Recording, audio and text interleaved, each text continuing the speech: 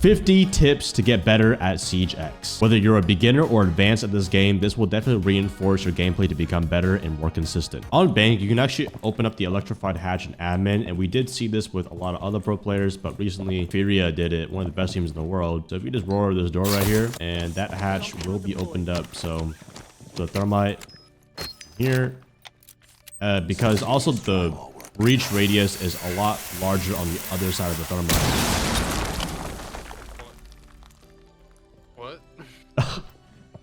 Thanks, Ubisoft. When it, oh, okay. All right. You know, I mean, you save yourself a Aurora gadget, I guess. Let's just, I mean,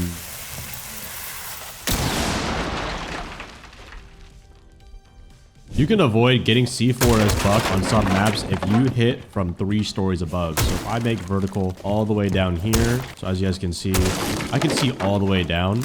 And this is very good for make sure Bandit gets off the wall, just like this right here. When dealing with Blackbeard, he's actually the easiest one to deal with all the shields. All you have to do is just keep aiming at his head and walk closer to him. If he ADSs, he's forced to, you know, expose his head, and then I just try to shot him. But if he doesn't, then I can just get up close to him and just give him a punch, because you also have the melee priority, which means your melee will register better than his. So no need to ban BB, just get better. Are you playing bad? Just close the game. You're in a bad mental spot and there's nothing you can do, nothing you can change for your gameplay without making you more frustrated. If you go on Chalet and open up this window and you punch a hole right above bottom main like this, you can see all the way into the outside breach. And the second gunfight tip you need to do, especially when ACOGs get taken off on defense, is learn how to wide swing. So basically, it's you're keeping your crosshair on the nearest exposure point. So if I'm wide swinging like this, I aim head level, and this gives me peeker's advantage. This player right here will not be able to see me as my actions to the server won't be responded as high. So just learn how to pixel peek like this, and then wide swing, compile the pre-fire, and you're good. You can clash trick, but if you put down your shield and any Ash or Kali, if they shoot it, you can just pick it right back up, and it won't damage you that much. Wait, I took hella damage from that. Wow. Did you really? Yeah, I lost like half my HP from the Ash charge. Okay, well, as we're recording this right now, I think Ubisoft might have added extra damage for that clash somehow, but at least you still keep the shield, so you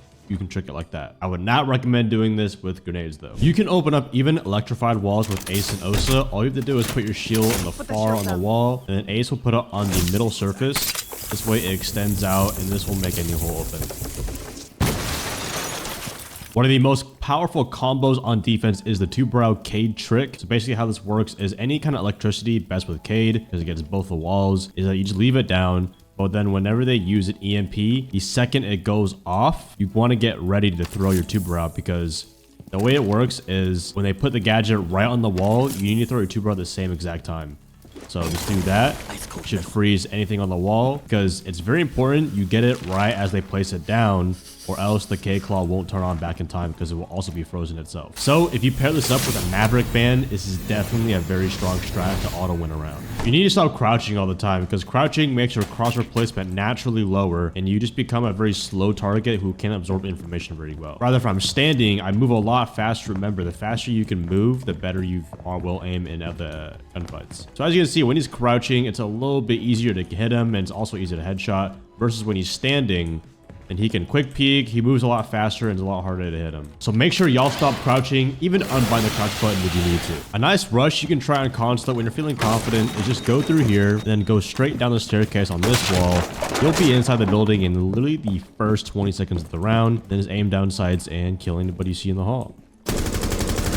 Kali is great for a sniper, but however, she can actually be used as a rushing operator. A lot of people might not think about hearing a Kali charge and immediately looking inside, like an Ash charge, but when they hear a Kali, they'd be like, oh, she's outside, I don't have to worry about her, and you can catch a lot of enemies off guard like this. You can combine Goyo and Melusi gadgets together. If you place them at the same exact time, this can combine for a very lethal trap. All right, there's this border Spawnpeek, so if you have a donut on the scoreboard, then what you want to do is Oryx dash out about 8 seconds after the spawns, 8 seconds, about now. You dash all the way through and should be able to see Ace. Just remember to dash back in so that way you potentially save yourself from getting refragged. A lot of the times, enemies feel hard to kill, right? But what if I told you it's not really almost your fault? The best times to kill people is when they're most vulnerable. So this could be mainly when they are distracted, or it is the end game where they have to basically flood sight. So taking a gunfight while they're like checking their flanks, their gun up, it might be a little bit harder, but a lot of good kills can be earned with good positioning. Stop overthinking. A lot of you guys sometimes take Siege too seriously. You're just like putting too much thought into the game. At the end of the day, if you take it a lot light heart, you will definitely flow a lot better and get more kills. I recommend just putting on some music to really distract yourself how chaotic Siege can be. But remember, try to control your emotions and just mainly focus on what you can control, not what the other teams do. You must understand, Mute is one of the best defenders in the game. So like he can counter anyone tracking him, like for here, Deimos. Not only for drones and walls, but you can jam a lot of gadgets. So now I can't even find him. So even when Dokkaebi calls me, I can put the Mute Jammer down and immediately take it out.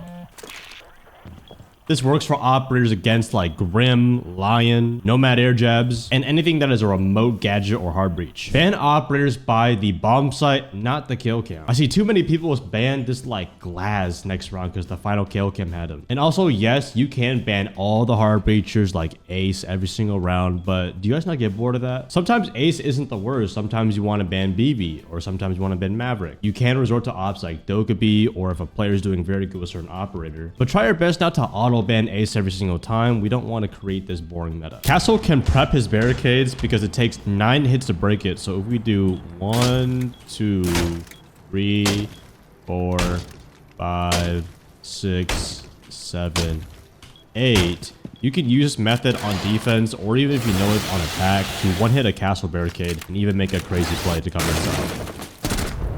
So if Maestro puts down his camera, if he puts it like a little bit higher than normal, then if he were to look up with the camera, I can't punch it or do anything to it unless I use something. But if it was any lower, then I can easily punch the glass. One tip to win more of your attack rounds is super simple that anyone can do, but that is just bring EMPs in Hard Breach. I know a lot of times you want to auto lock other operators like Buck and Ash, but there are times if you are hitting a bomb site that requires a reinforced wall, do you really want to try to take on the most common doorway to come in from an angle, or it will be a lot easier if you just open up a wall. So definitely pay attention to your teammates' lineup so that way you guys can win more rounds. If you play Iana on the Aqua balcony, it is extremely hard to see your head because it's so bright, especially if you're on console. Like, I can't even see him outside. This is actually broken. This is what happens when you don't shoot glass and someone repels on the window.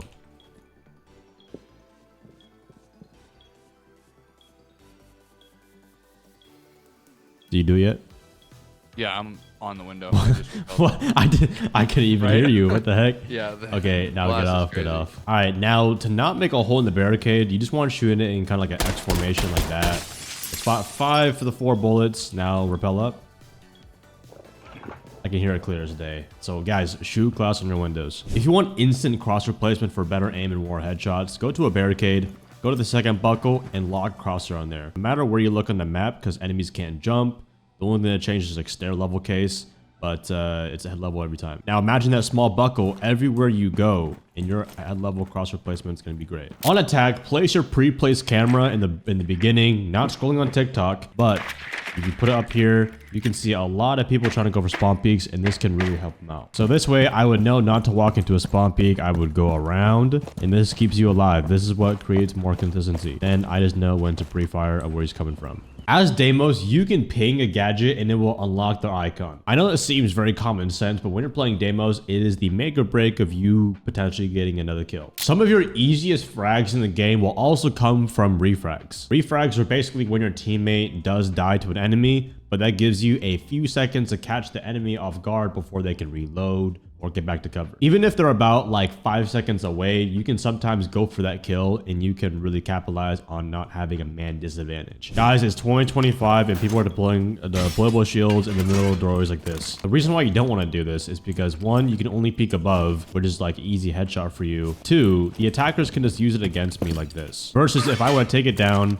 take a few steps back and then put it down, you can pair this up with Jaeger devices, with my gadgets, and I can peek left, right easier, and create even pixel angles and pick up top if I wanted to. So the next time you see someone do this in your rank lobbies, call them a worm, and team kill them. I'm joking, don't do that. You don't want dishonorable reputation. Sometimes when you're thinking too much about Siege, you just gotta let loose sometimes. So especially with the new Siege X thing you can do with the Hot Breach is you can swing in, and if you time the sledgehammer correctly, you will also get a nice rush in. And really, if you sing a nice song called The Princess Strat by Sir Pineapple, you can get a lot of kills doing this and potentially have fun making your day. Whenever you kill someone, then you want to take their map control right after. This gives you a few seconds to catch their other teammates off guard. If you're getting chased at by shields, just shoot their shields a few times, and this should give you some time because they can only walk at you. But this would be great time to get their legs, their arms, and have your teammates come help you. And again, this will disable the sprint for about 5 seconds. When you're on defense, you want to look at the timer as your plan. You should make mini goals and where you want to be at certain times of the round, so this way you play more consistent and you don't stray away too far from your plan. For example, in the first minute of the round, I want to stay on the roam. The next minute of the round, I want to shoot their drones, maybe get a kill, and then come back to site. This way, in the last minute of the round, you're guaranteed to be alive and safe, and this will win you a lot more rounds than you think. And this applies the same thing for attack. You want to be in the building at this time. You want to start planting the bomb at, 40 seconds, 30 seconds. On Chalet, you can get a nasty K-Claw spot if you put the K in the middle of the pillar and the ceiling up here.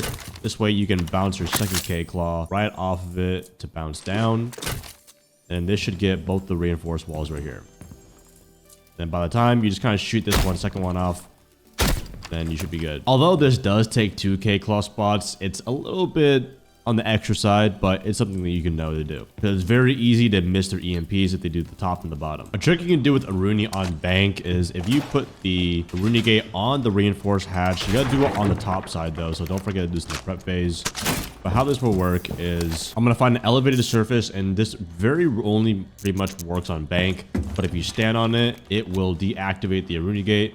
So if Hibana puts any of her pellets down, then she starts to activate it. I'll just wait for them to be on, and I just get off, and it'll break all of them. Same thing if I were to hop on top of here, and then if Hibana were to put her pellets down, I can just hop off this, and it'll break all of them. I'd say you should do this maybe just once a game, but I would not do it more after that. If you're dealing with an annoying Azami player, bring a DMR, and this will solve a lot of your problems because the DMR will shred through all the and overall, DMRs are just a lot better for making lines of sight and have plenty of ammo to work with. Make sure you shoot them at a safe angle, and that way you don't get pre-fired back. If you're dealing with a Ying, you can actually shoot the Candelas before they go off. The next time you feel stuck on defense, ask the question, what is our gap? This will cover your flanks and prevent the round from losing an easy way that could have been prevented easier. So just always ask yourself that question whenever you're on defense. Do you ever feel stuck on attack? Well, just ask yourself the question, let's hit it from a different angle. Usually I tell this to Azami a lot of different times, but mainly on attack, this will create diversity in your angles. And you'll be surprised, this catches a lot of people off guard because their main focus is on somewhere else. You can make a wall solve with any hard breacher. This could be like Maverick. So a lot of people usually go all the way, but everyone knows now you just follow the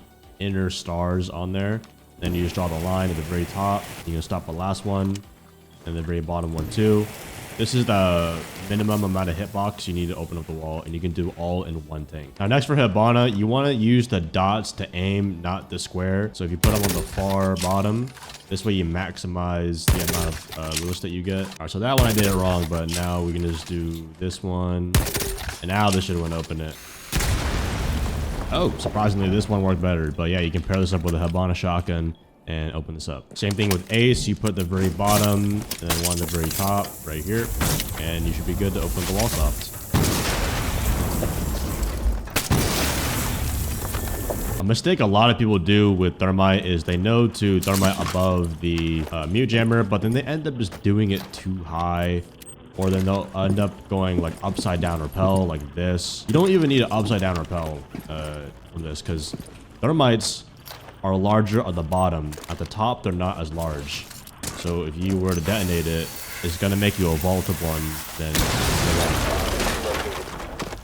all you have to do is just go up to the reinforcement, tap your whatever button, moving button to go up a little bit, and then boom, and you're done. The Thermite will open up the entire wall this time because it's on the bottom.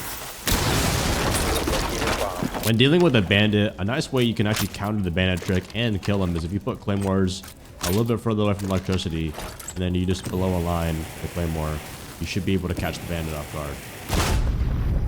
And yes, the Claymore will now kill you. It only kills whatever's in front of it and lasers. With the new Siege X movement, you can get some crazy parkour on some maps. Now, this is honestly a little extra, but you know, it's kind of fun to try this out here and there and get used to the movement. Now, for gunfight tips, there are 2 things you need to know. Number 1 is how to hold pixel angles correctly. So the best way to do it is if I aim down an angle, I would want to tighten up the cover as much as possible to where my dot is the only thing that can fill in there. And then when my enemy peeks, then all I have to do is just shoot a few bullets and then get back into cover. Since you are the one holding the angle, you don't have peeker's advantage, which I'll explain in a little bit. So you want to get out of cover after you fire about a few shots. However, if you combine this with head level crosshair placement, it's almost a guaranteed kill with minimum risk. Tip for Fenrir is everyone always puts it on the side of doorways like this, which is okay. But sometimes you can get creative by using the large radius, so you can shoot your bailiff into, you know, small corners.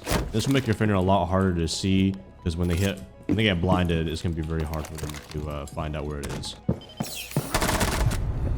Avoid going to the same bomb site twice. This helps make you a little bit more unpredictable. This also applies for attack, so if you win around one way, I would not recommend doing it again. Unless you're in a very coordinated stack, it's very rare that your teammates are going to, you know, counter what they just did, because if they don't, the enemy team definitely will. If you punch one punch hole, you can actually jump your flourish around all the way up and climb the wall. So 1 and then 2. That should be able to kill anyone right under it. Now, this necessarily won't be great for killing people, but it's definitely good for killing or destroying utility like Azamis or deployable shields. A really good habit to have is to always check your flanks about every 20-ish seconds. Doesn't have to be precise, but this way you can always catch yourself if anyone's trying to flank you. Let's say if I'm here, I put a drone over here, right? Usually 2 drones is the best amount, though I would like to put my drones in a very off angle where they're not looking at the door. So let's say if someone tries to come flank right now, you know, I'm busy to attack the blue bar side.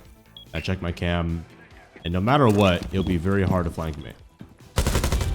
So no matter what you're doing, around every 20 seconds, even if it's the end of the round where they're most likely to flank, just check your cams for a little bit. And that's why it's very important to keep your drones alive, because no one wants to die to a flank that was so easy to kill them. A tip with Mozzie is if you put your drone inside the floorboard like this, you put it in, and it's very hard to shoot. So then if he drives right over it, it's very hard for him to shoot it. You can open up Electrified wall with an ace gadget or a Thermite one. All you have to do is just make sure it hits the side, and then it will open up the bottom. And you should be able to see the Bandit charge and then put your own after that. Thank you guys for watching. Don't forget to like, subscribe, and use code Athieno for 10% off your gamer subs order and in the in-game shop.